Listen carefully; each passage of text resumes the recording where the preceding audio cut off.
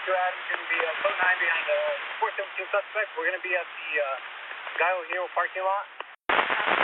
It starts out as just another regular day in Compton, one of Compton's wealthy elites going on down to the movie theater so they can have a movie theater deal with another wealthy elite, another wealthy business partner to discuss the future of their business plans and business expansions. But as you can see, of course, he has his security guard right around front escorting him wherever he goes. Gotta make sure that you are safe at all areas. Our wealthy businessman, Mr. Hoovers, confirms with the concession stand man that they have the entire movie theater just to themselves because, you don't want to embarrass yourself by having a bunch of random people be in the middle of your business meeting, even if it is in a movie theater. And now comes the big cheese, the big boss, JB. As you can see, he has double security guards. He has one in the back and one in the front. He wants to have utmost security. You can never be too secured once again. But he's arriving here at the movie theater with his double security guard team. Of course, his security guard leader union covering the back, and they're about to go inside to go make themselves a nice business deal inside of this theater. After having a quick discussion with the concessions man and figuring out which theater to go in, JB enters in and decides to go inside. And what is the discussion of this high prize meeting? It's about a boat.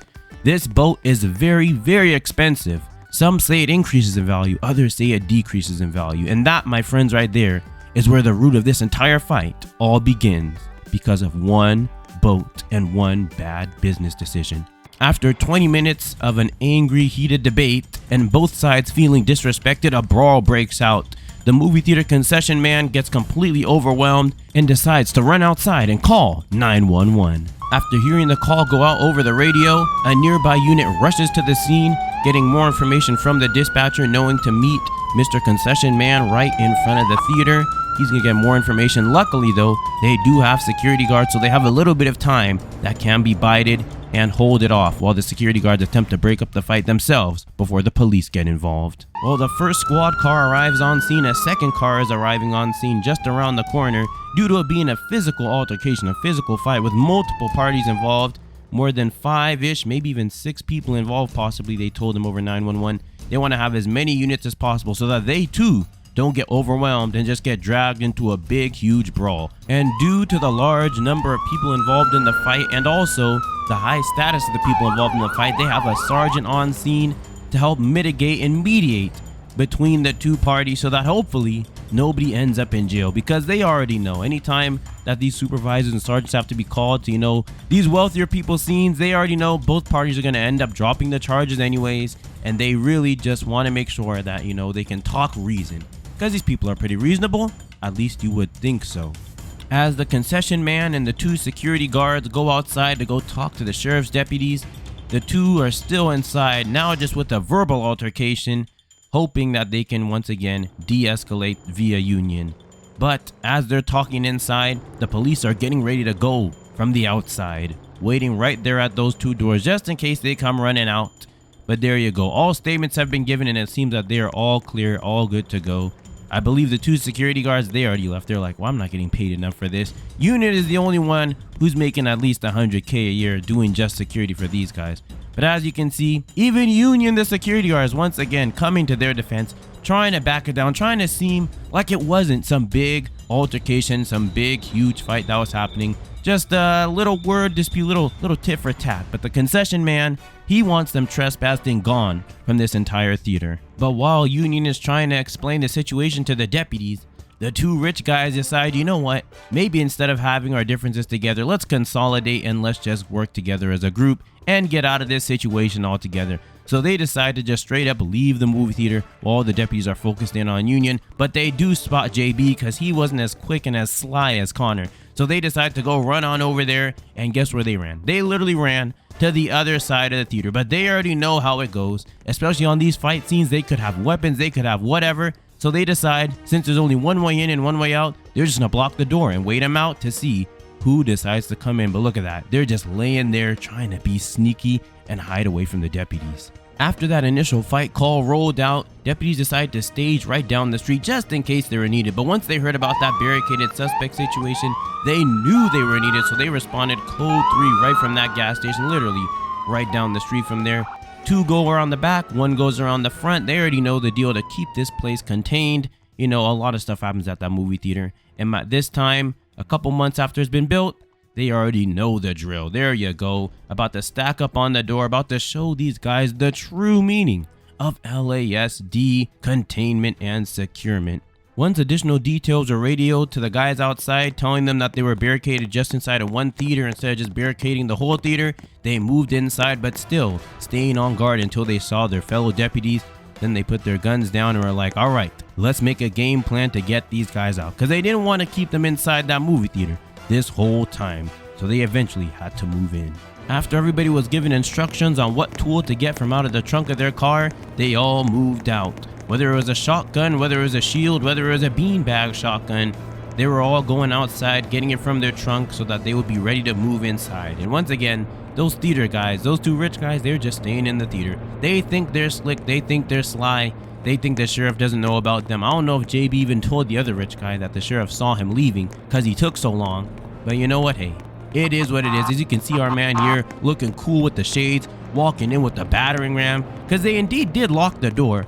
So even they would eventually find out, all right? The movie, even if the sheriff's deputies left, they didn't see him, the guy would try to open the door and be like, I did not lock this door. Why is the door locked? But you know what? They're ready for it anyways. After everybody was in place and knew their order in the lineup, it was time to roll in. Look at this final shot before they go in there. Bam! Hit the door, and now they're about to go in there running. Shield man first, shotgun man right after him, and of course the beanbag after him. And then they're about to go in there. They're giving them a final chance, a final warning for them to get out of that theater and surrender with their hands up. But nope, still don't want to surrender, still want to keep hiding. And this, man, this is a dangerous situation, especially because you can only see JB, but you know there's 2 people. So you know the second guy is hiding. He could have a weapon, he could have a gun, he could have a knife. You don't know what he has in his hand, but he's hiding in that theater. So worst case scenario is you gotta move up and go find him yourself. After 10 minutes of negotiating and ordering them to surrender, JB decides to surrender. However, Union and Connor still do not surrender.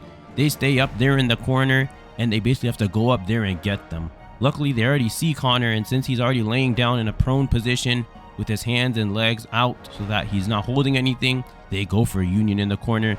They order him to face away, and now they're giving him all the commands. There you go. He's faced up, got to put his hands up. Boom, hands are in the air. He's about to tell him to walk backwards and slowly. All right, nice. He's gonna start walking backwards, slowly, not fast. You want to make sure there's no sudden movements, because sudden movements mean you could be focusing on the legs, or you need to be focusing on the hands, or focusing on the hands, or you need to be focusing on the legs, because he might just, you know, kick you. So there you go. He's about to get cuffed up. He's ordered to stop. Gonna put on his knees. Yep, there you go. See, if they had laying down on your stomach in ERLC, we would do that. But you know what? This is the next best thing to where you basically cannot do jack squat. You can't pull out anything without them seeing that you're moving from whatever position you're already in. The hands down, that's pretty easy. But having to move from there, that's super hard. And there goes one of the deputies going to cuff him up on body cam. Man, I wish I could get some of that body cam footage. That must be sweet. But there he goes, taking him on away down the stairs and away from there. Next up is Connor's turn. The same thing that they did to Union, they're going to do to him. They're going to get into position, prepare to cuff him up, make sure that everybody is nice and safe. Also, going to make him feel surrounded. Now that that left side is completely clear of all, you know, enemies, bam, there goes another deputy. So that even if he decides to surrender, since they can clearly see he's now unarmed basically, if they got to rush him, they got to put the guns down, put the guns away and just rush him and then dog pile on top of him, they can do that. He tries to run, they rush him. He does anything, they rush him. Either way, they'll be completely ready. He tries to, you know, maybe he's hiding something. He tries to go under the seat. They got the shotgun. They got the shield man for that. But as you can see, he's hopping on over, getting cuffed up. And this movie theater is now cleared. They cleared the top row. They cleared this row. They cleared the bottom row. And now it's easy breezy. Nice. Everybody's in custody. No incident other than that. And of course, you already know the drill. They're going to drop the 2 charges. And technically, since they weren't really told that they were being detained at that time, I think they're probably just gonna get misdemeanor resisting arrest, which I mean, like, come on, man. But you know what? It is what it is. The main, the meaty, the juicy charge of the assault, the battery, all that stuff is getting dropped because, you know, they want to keep each other out of jail. You know, they'll figure out a way to deal with this boat. But there you have it, the movie theater fight.